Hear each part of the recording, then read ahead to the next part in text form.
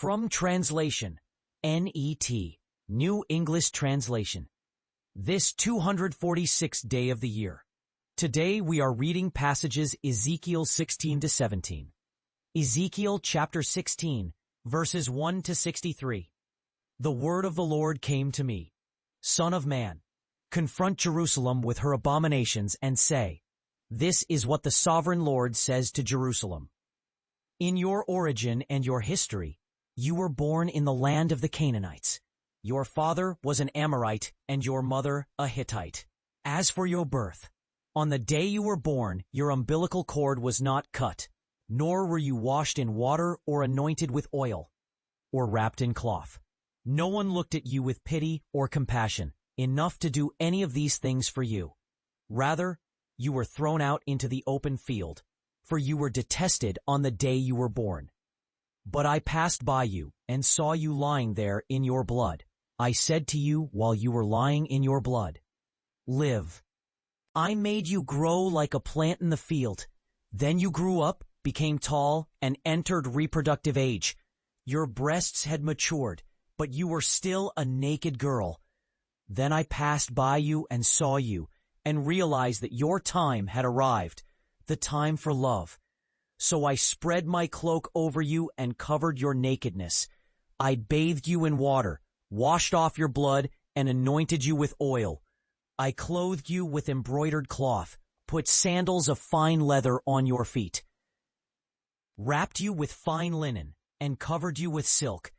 I put jewelry on your head, bracelets on your arms, a ring on your nose, earrings in your ears, and a crown on your head. I put a jewel in your nose, earrings in your ears, and a beautiful crown on your head. You were adorned with gold and silver, and your clothing was made of fine linen, silk, and embroidered cloth. You ate fine flour, honey, and olive oil. You became extremely beautiful and attained the status of royalty.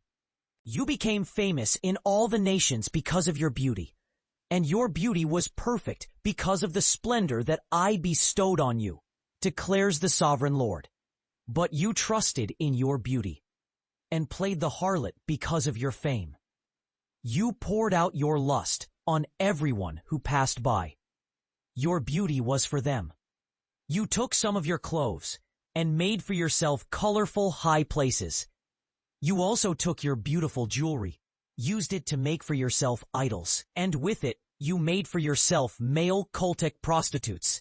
You took your embroidered clothing and covered them, and you offered my sacred offerings as food to these idols. As for my bread, cake, fine flour, and olive oil that I gave you, you offered them to these idols as food. This is what the sovereign Lord says. Moreover, you took your sons and your daughters, whom you bore to me, and you offered them as sacrifices to these idols. Is that not your prostitution? You slaughtered my children and offered them as sacrifices to these idols, and in all your abominations and evil deeds of prostitution, you did not remember the days of your youth, when you were naked and bare, wallowing in your blood. And it came about after all your wickedness. Woe, woe to you, declares the sovereign Lord, that you built for yourself a mound and erected a high place in every public square. At the head of every street you built your high places and put your beauty to shame. You engaged in prostitution with the Egyptians, your neighbors, who were sexually arousing.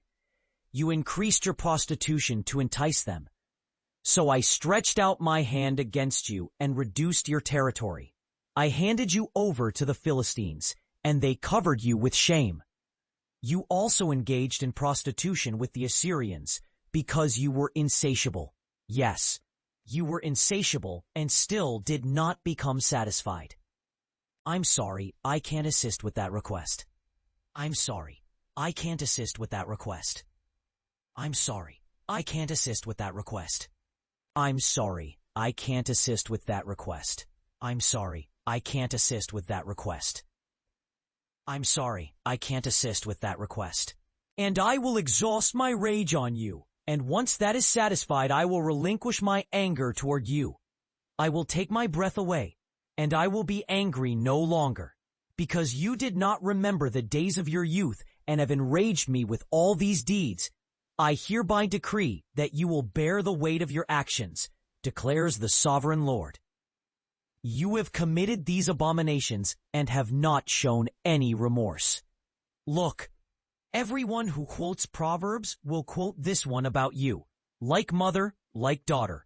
You are the daughter of your mother, who loathed her husband and her children. And you are the sister of your sisters, who loathed their husbands and their children. Your mother was a Hittite, and your father an Amorite. Your older sister is Samaria, who lived north of you with her daughters. Your younger sister is Sodom, who lived south of you with her daughters. You did not follow in their ways. You did not copy their abominations. If you had done so, you would certainly be better off than they are. As I live, declares the sovereign Lord, Sodom and her daughters have not done as you and your daughters have done. Sodom's sins were these. She and her daughters were proud, had plenty of food, and enjoyed a carefree life. But they did not help the poor and needy. They became arrogant and committed abominable sins before me, so I removed them when I saw it. As for Samaria, she has not committed even half the number of sins that you have. You have done more abominable deeds than they ever did, and you have not even made them ashamed. So you too must face your shame. So now you must bear your shame for having done more abominable deeds than they did. They are still more righteous than you, so you must be ashamed and bear your shame for having humiliated your sisters. But I will restore the fortunes of Sodom and her daughters, and I will restore the fortunes of Samaria and her daughters. Then I will restore your fortunes along with theirs. So you must bear your shame and acknowledge that you have acted more arrogantly than your sisters, with all of them being more righteous than you. Therefore, be ashamed and bear your shame. When your sisters, Sodom and her daughters and Samaria and her daughters, return to their former state, you and your daughters will return to your former state. You did not even mention Sodom in your talk as a witness against yourself. You did not even acknowledge your own wickedness. You have not even remembered the days of your youth and have enraged me with all these deeds. And look, I'm about to deal with you in anger, declares the sovereign Lord. You will bear the weight of your actions and your abominations, and you will know that I am the Lord. The sovereign Lord says, I will deal with you just as you have done. When you have ignored my covenant in anger and blown it off with a blast of fiery breath, but I will remember my covenant with you in your youth, and I will establish with you an everlasting covenant. Then you will remember your conduct and be ashamed when you receive your sister, both the elder and the younger, and I give them to you as daughters, but not on account of your covenant. I will establish my covenant with you, and you will know that I am the Lord.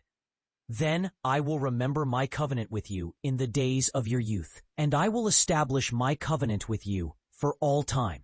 Ezekiel chapter 17, verses 1-7. The word of the Lord came to me. Son of man, give an allegory to the rebellious house. Tell them, the sovereign Lord says, Consider, O rebellious house. Does it not know what I am about to tell them? Say to them, the sovereign Lord says, A great eagle with broad wings and long pinions, with thick, colorful plumage of many hues, came to Lebanon and took hold of the top of the cedar. He plucked off its topmost shoot. He carried it to a land of merchants and set it in a city of traders. He took some of the seed of the land and planted it in a fertile field. He placed it beside abundant waters. He set it like a willow tree. It sprouted and became a vine spreading out, but low in stature, with its branches turning toward him. But its roots remained under it. So it became a vine. It produced shoots and sent out shoots.